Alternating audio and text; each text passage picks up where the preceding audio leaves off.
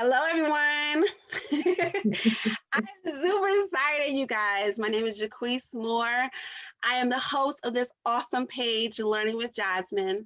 For those who do not know, I am a parent who have a child who has autism, and I started this page and three other ones. I'm on Instagram, LinkedIn, and YouTube, you guys. And Learning with Jasmine, just write Learning with Jasmine, you'll type it up, and you'll see it. And I started this page because I was stressed. This COVID-19, what? I love my child, but you want me to now be with her 24/7? What? I had the weekends, come on. Yes. And now we have this 5 days. And so I was stressed. I was stressed, you guys, all day until I was like, okay, let me release myself. Like whatever it comes down to, let me just have that moment. And then it started building upon, you know, just me being transparent. So I thank you all who have been in my corner for since like I think it's like May. Thank you all. And for those who don't know, this is a safe place, you guys. So we're going to be transparent. We're going to be real. We're going to be educated because I think that's sometimes the misconceptions of autism or anything else that goes along with it, any kind of development disabilities. And so I always invite specialists or parents who can give us the real talk. And so I'm not a doctor. And so I'm just letting you know, I'm just a mom who every day advocate for my child. And I want you all to be basically all of us are in this together. And so I definitely want you all to be aware and to tell your story, whatever the case may be. So it's interesting how people on Facebook that I may or may not know, have come up, and I would promote, and then people will just be open. So this person right here, I'm going to ask you to introduce yourself, and then we're going to get down to the talk. Hello, and thank you for having me. I'm very excited right now. Yes. So my name is Ebony House. I am CEO and founder of ANC Support Services Incorporated, and we serve individuals with disabilities, and we also assist families aging. Our goal is to holistically treat everybody. So even though we are there for the individual that has a disability, we want to ensure that we're giving the families and the primary caregivers what they need so that they can support. So we believe that it's a whole community thing. It isn't just we're going in to deal with the person who needs the support, but that everybody needs support. And so that is how we approach it. We approach it from a family standpoint and not just the individual. The family. Oh yeah, this is what it's all about, right? Yeah, and so you guys, so what is intellectual development disabilities and what it may look like? So what it is they're disorders that present typically at birth, and they're going to have an effect on the trajectory of life. And it could be physical, it could be intellectual, and the emotional development. Of course, it looks different in everyone.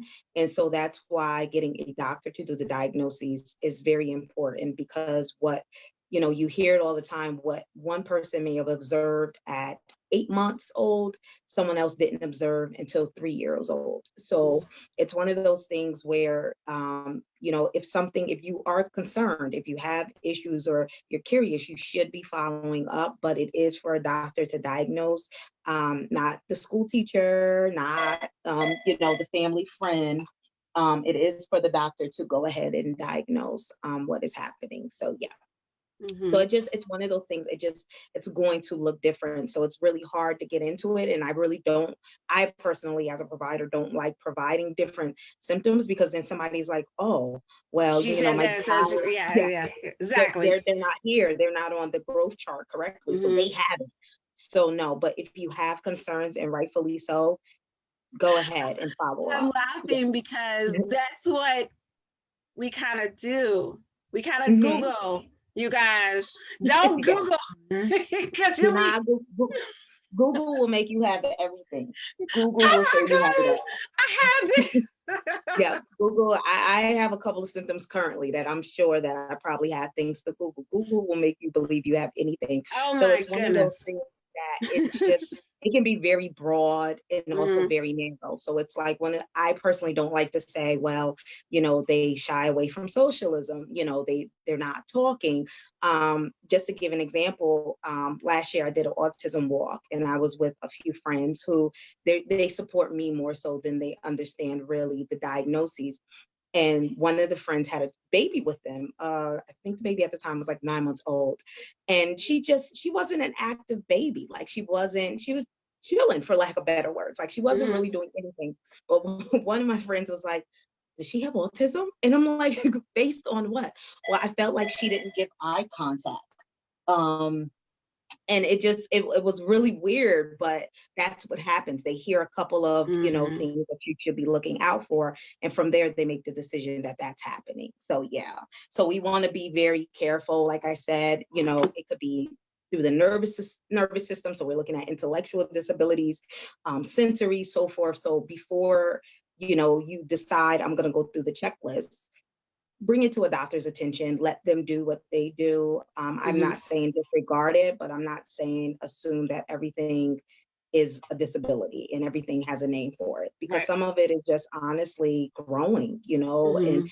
we all have our own different personalities. You meet people who have quiet babies, doesn't mean the baby has a disability or is Loud about to have a baby. disability. Right. Doesn't mean the I was a child's loud sad. baby. Yeah. And then you have loud babies. It don't mean they have colic. So, I Mhm. personally try to stay away from that and just direct people back to the professionals and not get caught up. But yes, ask questions. Ask Right. questions definitely when things Definitely. concerning it. Yeah. Yes. I want to add what you said about making sure that um you go to your doctor, your professional Yeah. doctor, your child's pediatrician. But definitely I would say, because I did it, even if you don't know, or you got like, okay, well, this is what I heard, whatever. But I Mm. would definitely jot down the things that you don't see your child doing, or you Right. see your child, because they're going to ask you the same thing. They're going to ask you that Yeah. question. Well, so if you already have a list, you can present it to your pediatrician, your child's Right. pediatrician. But as far as like, oh, this is what's happening, so she must have this, or he might have this, that's where we're basically saying viewers to basically have a list, but then Mm-hmm. also, because the doctor's going to ask, like, okay, what is the child doing? Did the child uh, responded? Have the child looked at you, or whatever the case may be? Intellectual Mm-hmm. development disabilities, autism, whatever else it is. They're going to Right. ask questions. So just make Yeah. sure you pinpoint, but then don't diagnose the child without getting seen as a professional um, provider, which is basically what we're saying. Okay, very good. So, how can a parent teacher support individuals with this diagnosis, or with any strategies?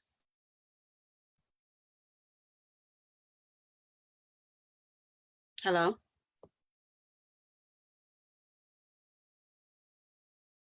I think we lost her. Ebony.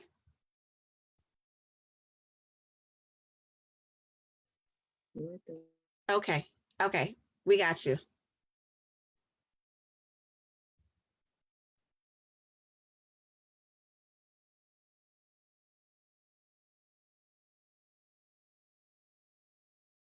Okay, I think she's trying to come back on. Okay. I'm Okay, back. okay, okay. Yeah. This is what Yeah. happens with technology, you guys. I was like, wait, what? She frozen. Yeah. Yes, I'm Okay, back. so I'm back. the question was, how can a parent teacher support individuals with this diagnosis, and are there any strategies that can actually help? So I think one of the things that you stated is definitely being aware, paying attention, don't dismiss, but don't jump to conclusions. And I understand that can be difficult. So you have to get that balance, but making sure that you're documenting and saying, okay, I see this, this is concerning me. So when you're having these meetings, you can go ahead and put it all on the table because they're going to go by what you say, the information that you provide because you know better. So I think when it comes to that, with comes to teachers and it comes to other people with the individual and parents, is the first thing I always say is advocate. Again, advocate when you see those small things like, oh, that looks peculiar. Let me jot it down because our next meeting, I need to bring this up, or my next doctor's appointment, I need to discuss it. I think teachers can also just have, their eyes open and be aware, not be dismissive of behaviors. We always want to kind of give a behavior an excuse. And not be dismissive in that way. But, again, note taking and keeping that in the back of the mind that, okay, I seen this on this day, I seen that, okay, there may be something going on here. Let me go ahead and document. I think education is important. Are you, Ebony? Ask all the questions that, yeah. Ask all the questions that you need to ask. Google, but with Google, I would say always follow up with what you Google. Don't just Google and decide from there that you know what you're talking about. So Google. So make sure you're educating yourself. Make sure you're connecting, and I know it's hard. It's very hard to find those resources, but I'm a firm believer in just going to any open door, ask questions, and they may lead you to the next door. They may not have what you need or want, but they may be able to direct you. A lot of people feel like they got to go through this alone, so they're not asking questions. They're not following up. And that is parents and other educators. They're not sure, but they're not following up, or they don't want to make a big deal about it, or they don't want people to think they're doing something wrong. Don't get down on yourself. Don't get down with the ideal. I've met parents who don't want the label. So they don't follow up because they don't want the label. So they're afraid. But I am a firm believer you do more damage that way. So you I'm definitely a firm believer that you do a lot of damage that way. Definitely. Before English second language, teaching adults, I was a preschool teacher for over 10 years, and I've heard some, I'm like, okay, I think this parents, I think this is going on. Let's evaluate. I'm really big on collaborating and, connecting from home to school. I'm very, you guys, those who are my prime listeners know I always say this at almost every video. I think it's so important to have that. So basically, we have been parents. We have basically been the parent and the teacher for a while, and so you may or may not be seeing the things that was addressed at school. Definitely take heed and note that, okay?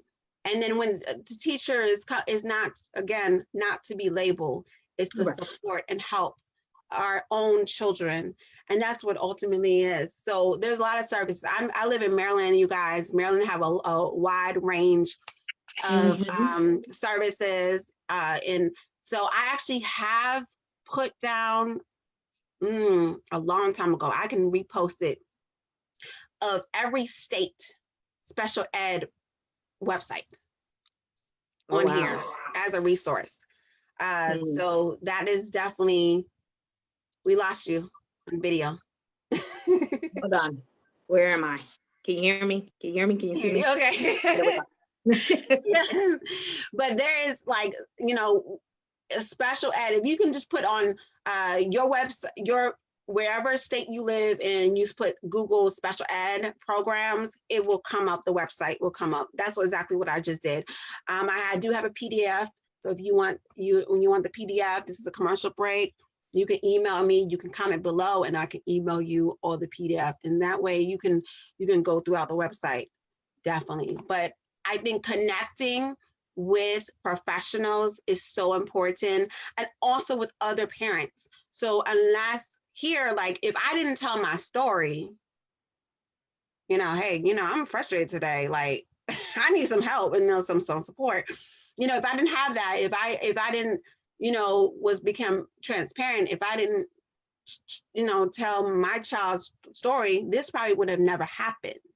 And so it's definitely important to, some people like, okay, I don't want to tell, everything. You don't have to. You can just be like, you can sign up on Facebook. They have a lot of autism groups.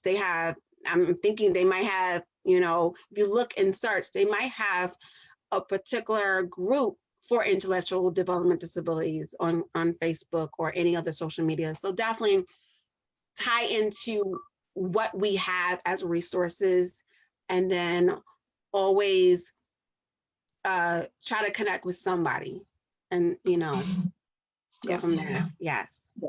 And that's exactly what I have. Like, you just want to make sure you're making those connections, speaking up. The biggest thing, because I was a teacher for 3 years in the autism department in Alexandria, Virginia.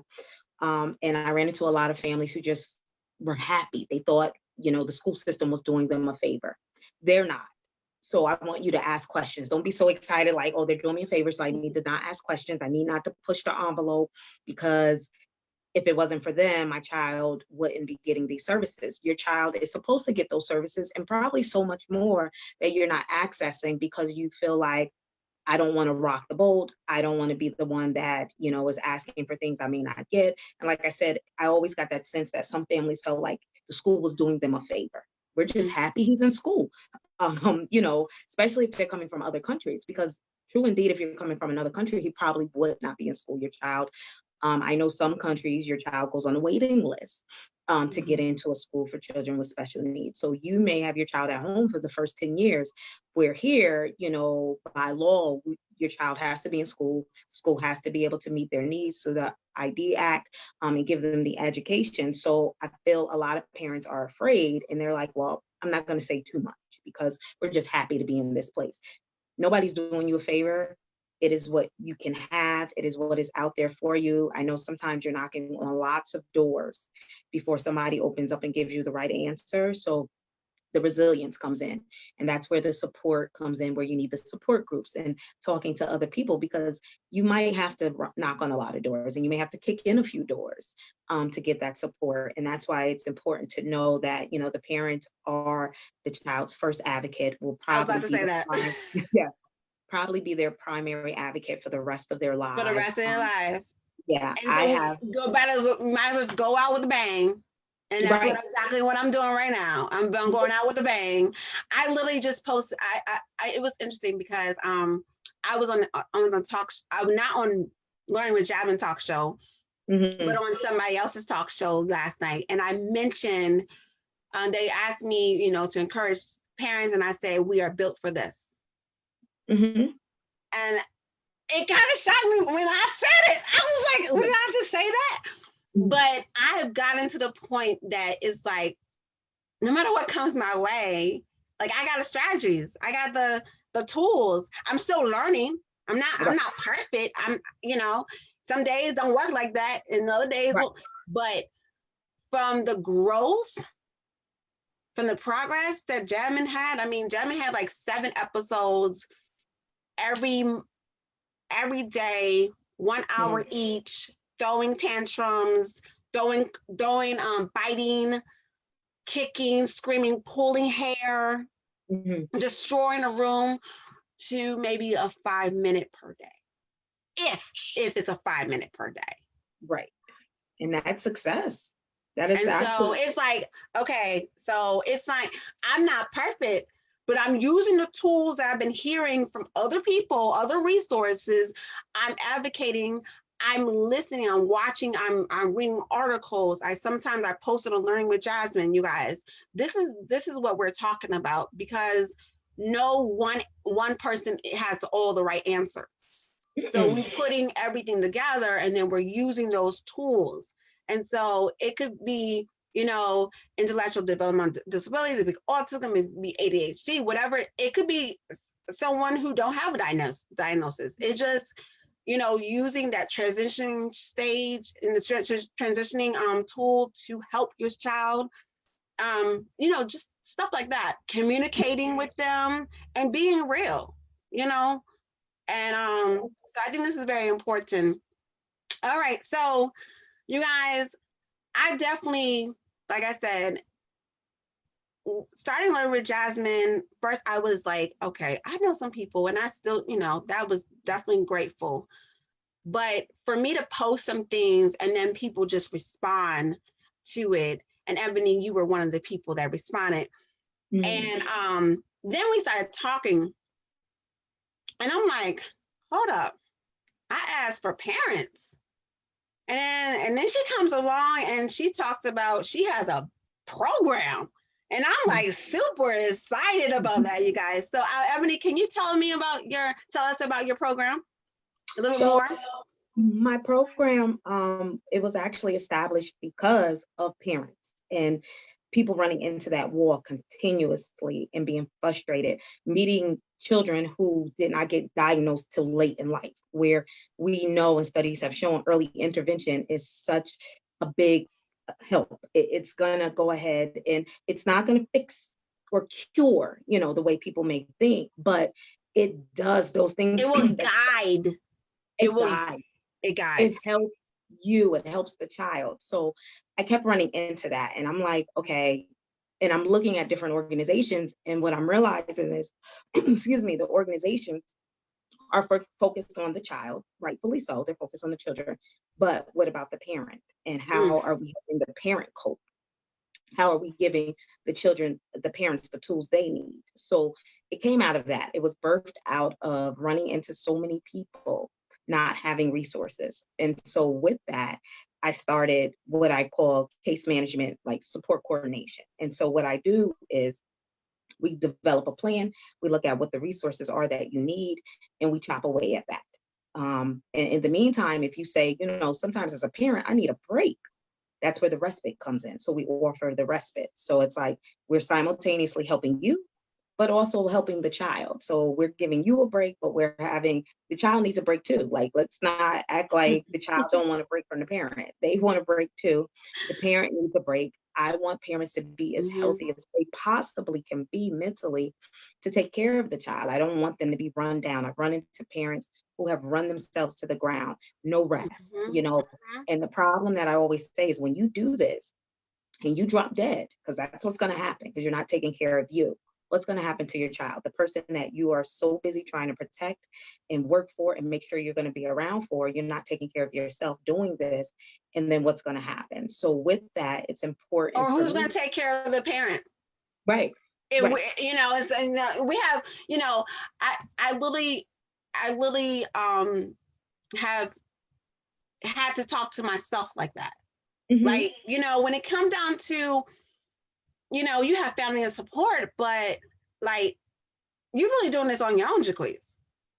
You're really doing this on, whether there's a single parent, whether it's two parents in a home, whatever, but whoever is really focused on the child, which usually is the mom, usually, there's some fathers that are good, awesome. But it's usually one parent that's taking the bulk that take care of. So one may be working, one may not be working, but the one person that's really taking care of the child, and I have only one. Some of my viewers may have 3 or 4, and so like, on the everyday type of thing, I have basically suggested, if whatever that extra 5 minutes look like to you, if it means extra 5 minutes before I roll out of bed, if that extra 5 minutes in the tub, if it's extra 5 minutes in the car, whatever it looks like to you. My mother, growing up, my brother and I, we could not call mommy until after 20 minutes. Okay. When she came home, that 20 minutes was for her to rewind and get ready. And I cherish that moment now. I'm like, and so like last week I said, hey, Jasmine, do you want to watch a movie with me? And she says, Mommy, I want my me time. Yeah. I said, what I want my me time too. And that's what you were basically saying. Whatever that looks like to you and your family, take that advantage, you guys. Breathe it out. Side note, you guys, there's a video called Tension, where a yoga instructor was on my Learning with Jasmine page and was talking about breathing and exercising and sitting back and putting your shoulder back and, sitting straight. And you don't know how much that will help you internally. Definitely taking a breather, taking a walk, taking, just you. And basically, if we pour out for others and we can't pour back into ourselves, then at the end of the day, we're exhausted. Yeah. And you can't give, not physically, but mentally. And that's when you're mentally drained, you're physically drained, period. When you are mentally drained, sometimes I am mentally drained, not because I've done anything physically, and I go home and sleep like I was outside cutting bricks, because right, exactly. That mental, and as parents with children with disabilities, that brain is always moving. And information is always coming in, and you're always got to receive, and you always got to worry, and you always got to figure out your next move. I always say, parents with children with disabilities, they are absolute superheroes, because not taking away from any parent that has a typical child, and I use that word loosely because no one's typical, but parents who have a typical child, the concerns that a parent with disability has, they don't have. So they're already having to be on 24 hours a day, but a lot of times they can take an 8-hour break, a 12-hour break from being on. They can go to sleep peacefully at night and not worry about if somebody's going to get up in the middle of the night and try to open the doors, if somebody's going to get up in the middle of the night and turn on all the faucets. Those are not worries. They can go to bed and sleep like a baby till the next morning, where I have parents who are up at night, or they are putting their 21-year-old son in the bed with them at night, because we want to keep everybody safe. And he's sleeping wild because he's 21. He's a big boy. He's in bed, hands everywhere, body everywhere. But that parent is not getting a good night's rest because they're just trying to keep the house safe at that point and keep him safe. So I feel like when you have a child with a disability, you're always on. No matter what, you're always on, and you don't get that privilege of the 20 minutes like your mom had of, this is my time, give me 20 minutes. I doubt Jasmine cares if you need 20 minutes when you walk in that door. Her needs is what is important to her, and she's communicating the best way she can. And so that might mean right now. Right. So, but whatever that looks like to you, it could be 20 minutes breaking up into an 8-hour shift. Right. Whatever that looks like to you, it could be your child is in the same room with you. They might be doing their schoolwork. They might be whatever. And we're watching a video. They're watching a video for learning. And you're sitting back and you're breathing. That's you time. That is you time right there. Because what will happen later on is that then you can give a little bit more when you're breathing.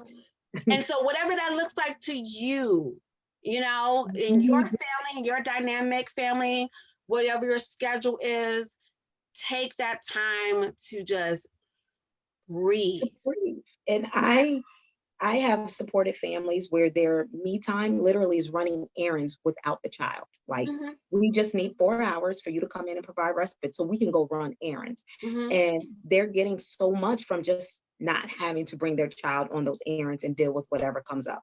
I've had families who their me time is a little bit more extended, where they're like, well, we're going to go on vacation. I have a family pre-COVID that it took them 20 years to finally take a vacation as husband and wife and get their time in, and they were able to do it. And my organization was able to provide that for a week for them to take off for a week, not worry, not be concerned, but just to focus on each other and focus on their marriage. So like you said, it can look any kind of way. And that's what ANC is here for. We're here for however it's going to look for you. And how can we support you in the way that it looks? Because we understand we need you to be good for the child to be good. We need whoever is supporting that child to be good and have what they need so that the parent, again, can be good. So again, I try to look at the whole unit and not just, the child or the person being served, because if I do that, then I'm failing everyone else and it's not a setup for success. Because if mom is burnt out, I can do skill building all day long. But when I leave, mom's not in that space. She's burnt out, she's tired. This sometimes can be an absolute recipe for disaster for one or the other or both.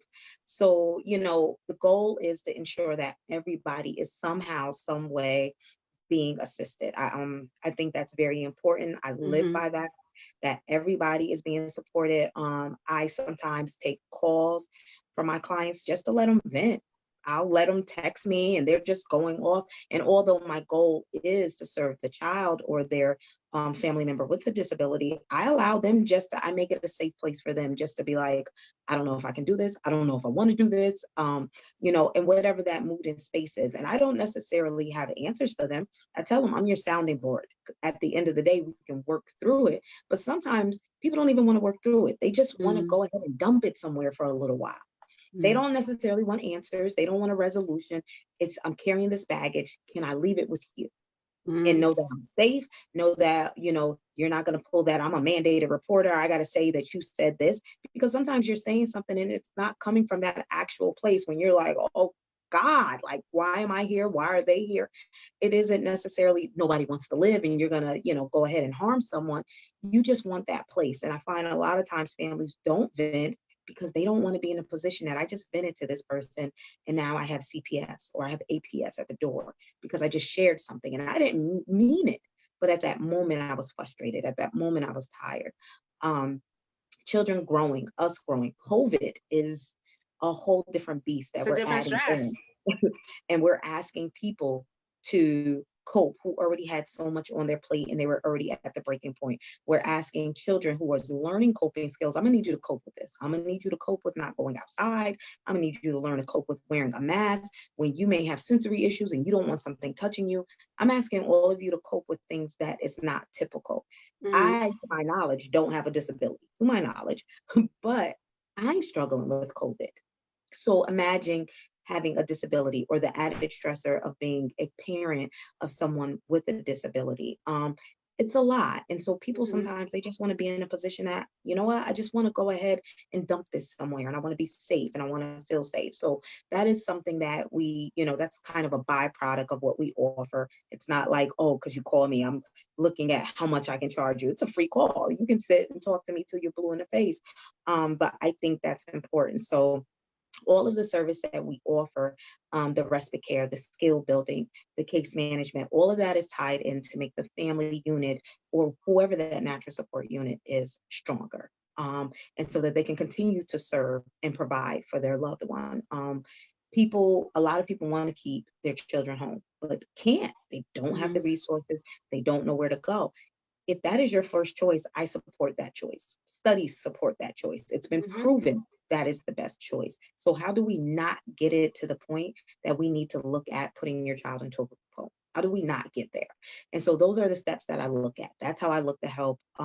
Is how do we get you to remain home for as long as possible? How do we get not having every single entity involved that's going to cause more stress to the family? So that is very important to us. And again, it all came from just kind of my own experiences as well as just watching all the families that I've dealt with and their responses to these things. And so if you want to keep your child home, I want you to keep your child in the home, but I also want to make sure your child is being supported in the home.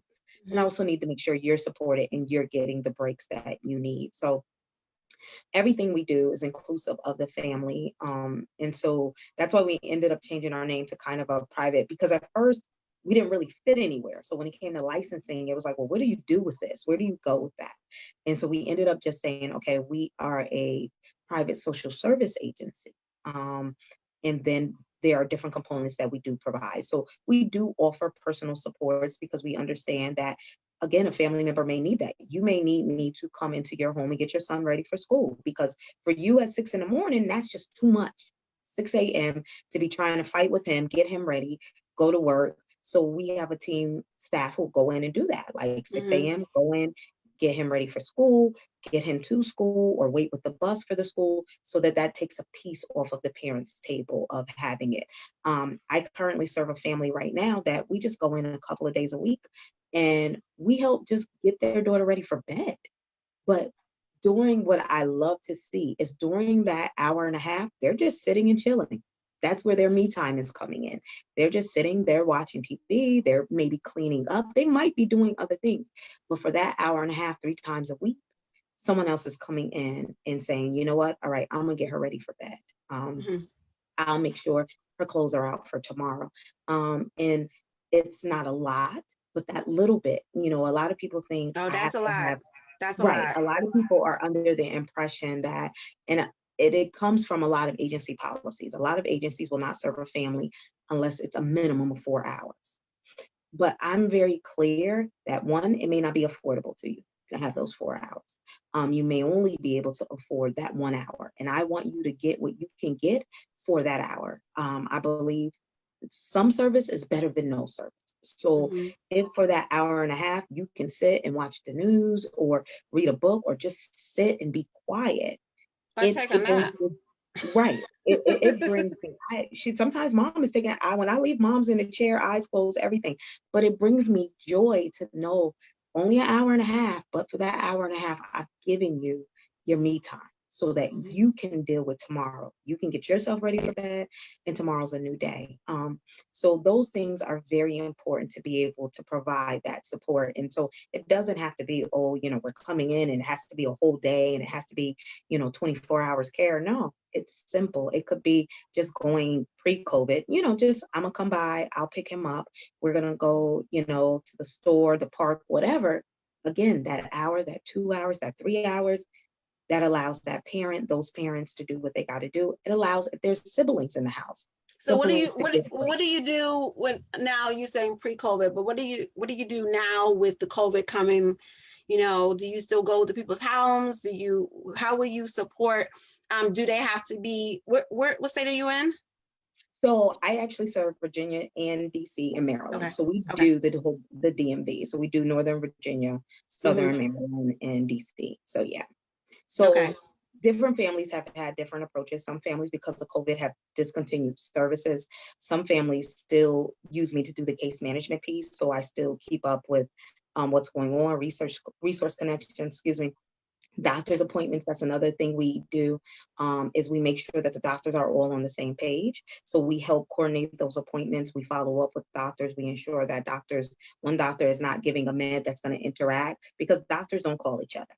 So Hmm. the neurologist is not necessarily going to call the the gastroenterologist. So what we do is ensure that each doctor has the right information so that when they're providing advice and supports, they know what they're looking at. Hmm.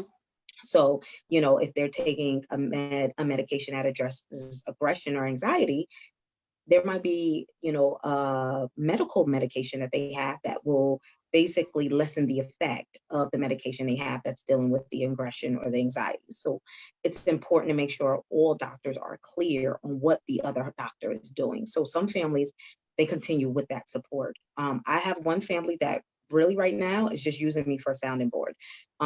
They are, super cautious with COVID. So they're not going out, they're not bringing anyone in, but that's a lot. 24 hours, same people I was just in this house. yes. So I could say honestly, like I'm just basically doing, telephone woosahs. That's what I call them. Like the telephone woosah, you call in just to vent. And even opening up that option for the individual as well. So the child may call and be like, can you Mm. figure out, I've had a child call me, can you figure out how to get me out of here? Like, I want to go. They won't let me go. I'm trying to go somewhere. Everybody in the house, they're the crazy ones. I got to get out. So that's how we're still, we're still doing it. We're still being involved. Mm. Some family members, again, back to the me time.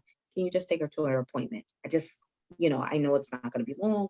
They have a doctor's appointment at this time. Can someone come and escort them to their appointment Mm. and make sure that the doctor's getting that information? So those are kind of how we're handling it. And then there are some families who they need that support, so we're coming in. They Mm. can't risk it with COVID. They still need that continuity of care and consistency. They've seen with pulling back on services how much it has affected their household and their child. So they're like, no, we still need you to come in. Mm. So it Right. just depends. I wanted to talk to you all about you were saying, you know, some clients just call you to vent. Let me tell Mhm. you guys, here's a little note. when I was in my moment of like, oh my goodness, I can't believe this. I called my insurance. Mhm. You know, in my insurance, your insurance card at the back, usually there is a 1-800 nurse. Mhm. They are there to support you medically. But if you need to vent, you know how many times I call those people? They were like, if you want to call back, oh, trust me, I will call you, you know? And I literally was like, okay, I have a daughter who has autism, and right now I just need to vent. And she listened. Yeah.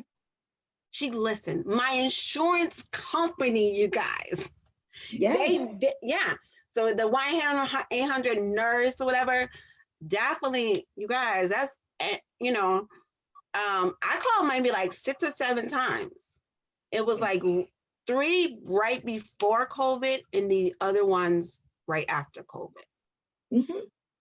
And sometimes, yeah, you need that. It's lethargic. You need to dump. It has to go somewhere because Mm-hmm. we're just If not not, built. it's gonna explode. Yeah, and it may be in a way that doesn't serve anybody, and so you Mm-hmm. don't wanna set people up for failure. So those calls we do. We also help families who are not involved with the DDA or DDA system navigate that process. That can Mm-hmm. be extremely stringent. They are running into a lot of walls, lengthy waiting processes. So we help navigate that and take that off their table. So we do a lot of paperwork for individuals to help streamline processes for them. Because again, if I can sit on the phone, and this literally happened just last week, if I can sit on the phone for Social Security for you for an hour, I've reduced your frustration level and your stress level. I'm giving you a little bit of time. And that's what I'm just sitting there doing, sitting on the phone so I can clarify some benefits. So it's those little things, but those little things add up, as you know, and they're important. And I think a lot of times, a lot of services don't look at that because they're looking like, okay, well, we're going to give personal support. We're going to come in. We're going to, do life skills training. We're going to do, dressing and feeding if necessary. And they're not looking at those little moments that are actually more important that help out. So if someone can take over the paperwork piece, because I keep running into walls, I don't know what else to do. I don't know who else to call. Or the last 2 people I talked to were very rude to me. I don't know the questions to ask. Mm-hmm. So There if you you go. can, yeah, if I can push this off, I got all the questions. I have a client that always tells me, their family is a very they quiet, they don't like the drama, they don't want to fight with the different government entities and powers that be, so they're kind of they take it quietly, and I'm like, that's not why you have me here. I'm the one that's going to make the noise. I don't care who doesn't like me. I don't care what pot I'm stirring, because it's for the greater good. So some people just, they need someone to advocate for them because they're not in a comfortable place, Mm-hmm. or they don't, They don't, or someone who don't know the vocabulary of I mentioned, we may have mentioned that in a special ed video on Learning with Jasmine. You guys check that out. But like going to an IEP meeting, you have the principal, you have the teacher, you have all walks of life specialists that are at the table, and then you have you. And if you're not educated in the vocabulary of the school system, you will not understand, or do not know, you will not understand, know what they're talking about. And you could be citing something that may not be really fit for your child. right. And so, or even just, not even not knowing that, but to dialogue with those, individuals that are there, and they're talking about, what they learn in school, and not just knowing in education. Most general ed teachers may have taken 1 or 2 classes in special ed, and that's it. And that's So it. unless you are a special ed teacher, or um, literally studied about autism as a parent, Mm-hmm. okay, Yeah. there is, there's some certain phrases and some words that you may not know. And so, like you were saying, because you know it, because you know what type of conversation you can, you can words that you can mention that will spark an interest. Okay, there's somebody's in that corner for that parent, Right. so that's definitely. And we do offer that too. We offer going to the meetings, because I know from the professional side of things, and I know from the personal side of things, how very intimidating it is to walk into a building with, doctors and physical therapists and occupational therapists and the school social worker who is licensed, and, they're all there. And you're like, what are you talking about? What is going on? And then some people, they're not okay asking. They don't want to be looked at like they don't know what they're doing or how they're working with their child. So they'll take all that information, don't know how to disseminate it, and leave. And like you said, they didn't sign something that their child does not need, or something's being overlooked. When I was in my teacher role, one of the students, when I first got there, he kept having this IEP that kept saying he could do certain things. And I want to say maybe about my third month in a classroom, I'm like, who's signing off on this saying he can do this? I'm refusing to believe he regressed to this degree just from June, that he no longer can do this. Well, what ended up happening once we got to the nitty gritty of it is they were just basically cutting and pasting from the last IEP. And so nobody was really acknowledging the fact that he was basically severely behind with his reading. And dad knew it, but he didn't know how to articulate it. And he felt like whenever he would express himself, he wasn't being heard. So he would shut down and wouldn't have that conversation. And what ended up happening was the result of his son not getting what he needed. And sometimes the powers that be, you have to fight them as well. Like I said, they're not doing you a favor. And I think it's very important for parents to know they're not doing you a favor. They're supposed to do this. This meeting that's happening is supposed to be happening. And nobody that's sitting here is here by accident. They are part of your child's team. They have expectations that's been set upon them. So don't feel like, oh, I'm taking up their time. If that meeting has to go for 2-3 hours, or if they feel like they can't schedule that for you, then they need to reschedule that meeting. If you feel like you want an advocate, you get yourself an advocate. Like you don't have to go into these meetings alone. My advocate was my mom. That's it. My mom in the school system, and definitely, yes, she's actually was a part of Learning with Jasmine video called Social and Emotional, and from a school counseling perspective. So definitely social emotional is a big thing. And so it comes down to, advocating. And I didn't know all the terminology, and I'm just like, I'm a new parent who's already stressed. Like, we're going to have a meeting with this. And so definitely connecting. All here is connecting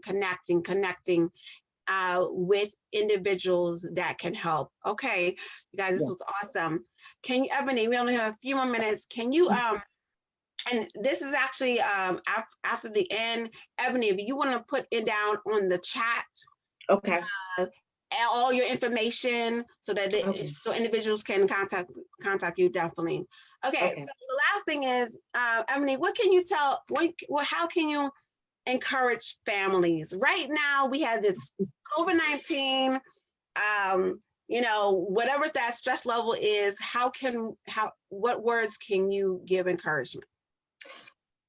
I know it doesn't sound like a lot, but you are not alone. You are not alone in this. Even though you're locked in your house with that child or those children, there are other people going through the same exact thing. And I think it keeps going back to connecting, accepting the help. You are not alone.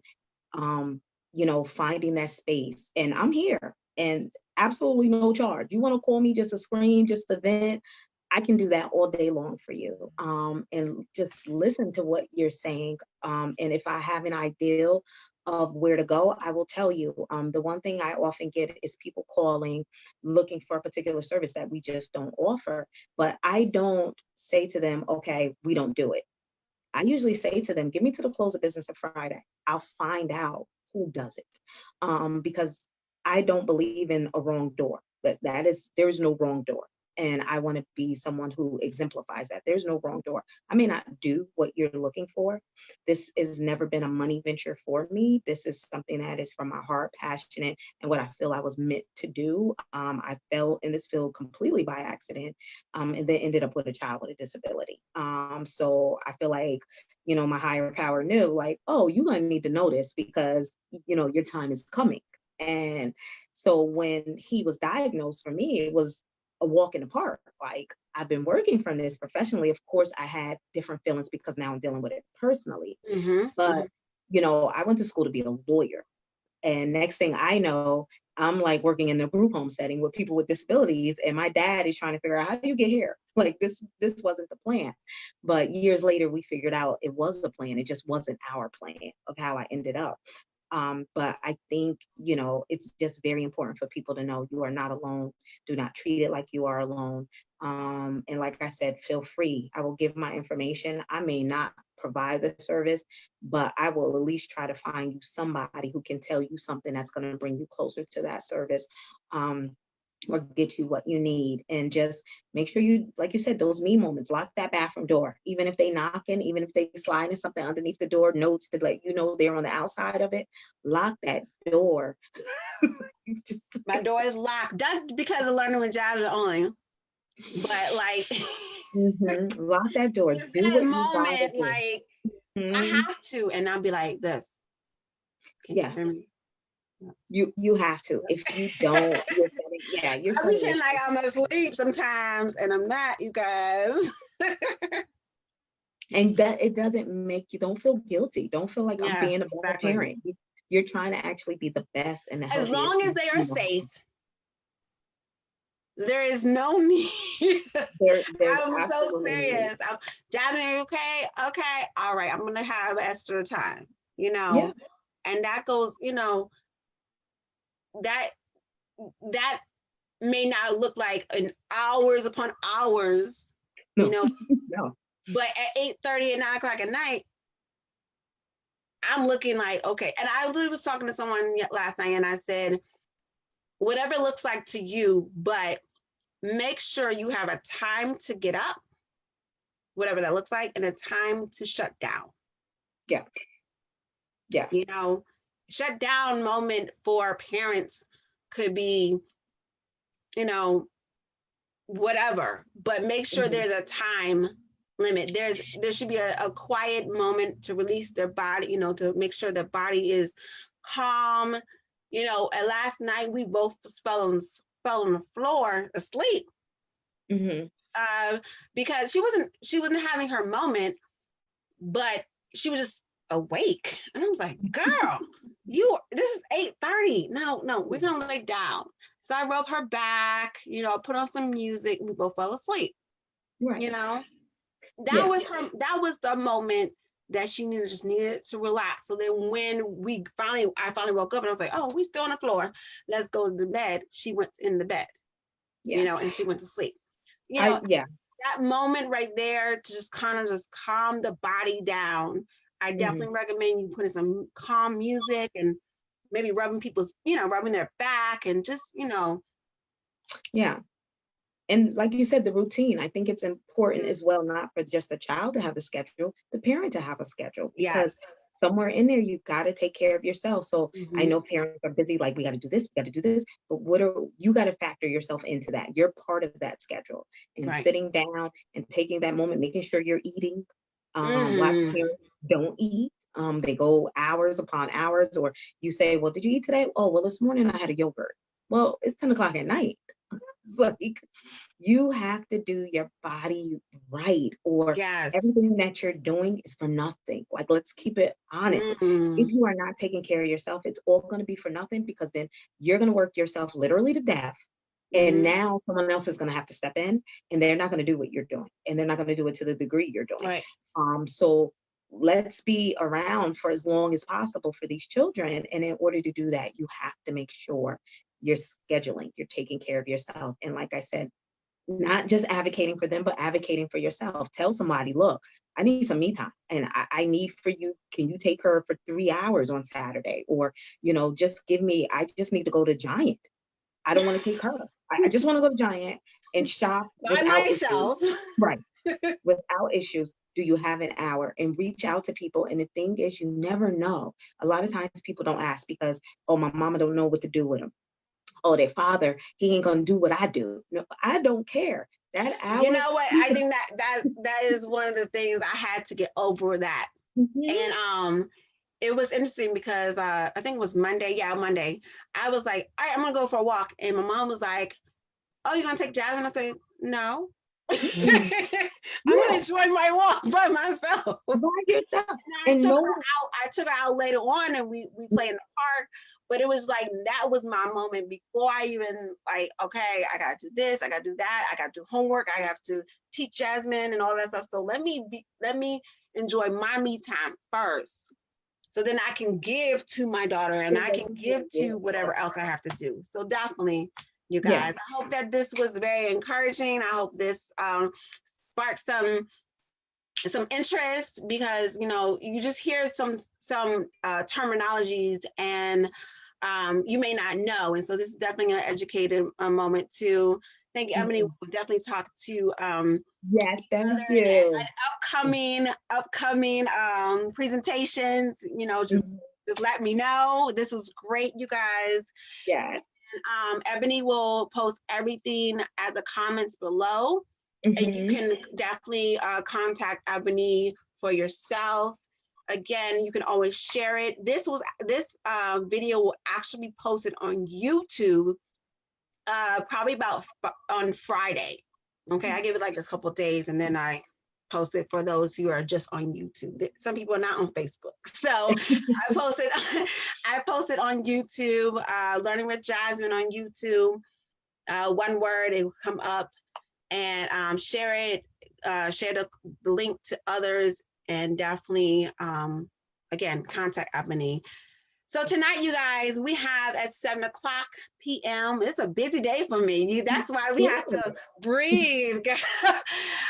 We have autism parent coach that will be coming on here at 7:00 p.m. So definitely, you guys, it's been awesome. And I hope that you enjoyed it. Until next time, you guys, connect with Ebony or myself or anyone else. Connect with your community. It is so important. And have your me time, whatever that looks like to you in your household. All right. Until then, you guys. Thank you. Thank you. Bye-bye. Bye.